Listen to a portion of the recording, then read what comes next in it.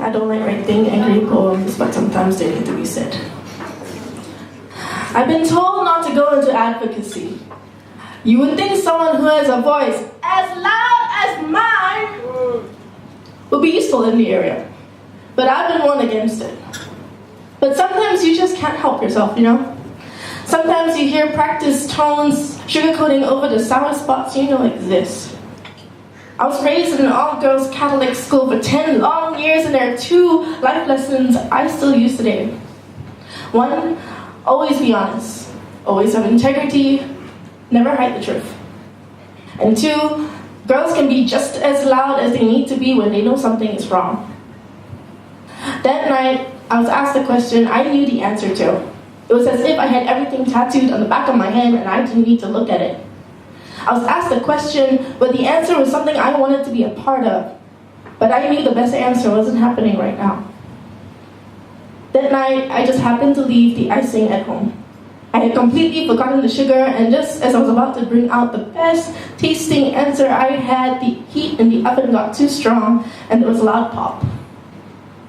I was told after that I should just ignore the entire segment. I knew I messed up. But I grew up in an all-girls Catholic school for 10 years, and I will tell you when something is wrong.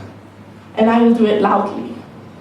So when you ask me to ignore the vital conversation, I will tell you this. I will not censor academic research just so my country looks better in the eyes of foreign scientists. I will not tell lies and blatantly exclude information from a discussion as important as environmental conservation. You might want them to think that we are as clean, as green as we say we are, but really, clean and green don't mix well together, especially if we had to build a garden out of concrete and metal to mimic the dense forest that once covered our land. I will not be part of your cover-up where people go so deep into the country you think comments like, "It looks like Malaysia," are compliments. I will not hide the truth about the loopholes in our laws just so your public relations does an easier job. I will never use the words garden in a city until it really means that. I will never use the word city in a garden because even gardens are manufactured and manicured. I will never be silenced. I do not care who you think you are. By asking me to give everyone diabetes, you think you are being part of the bigger problem. I used the word ashamed.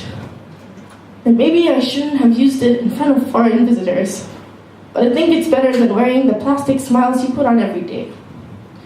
Your job is to hide the flaws and sweep them under the rug, but I will make it my job to push the rug away. So that night, I quoted my favorite academic paper for 2 very important reasons.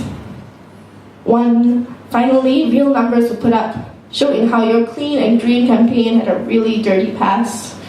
And 2, when it was published in 2003, it made just as much noise as any advocate did, but was the only time you ever listened. Thank you.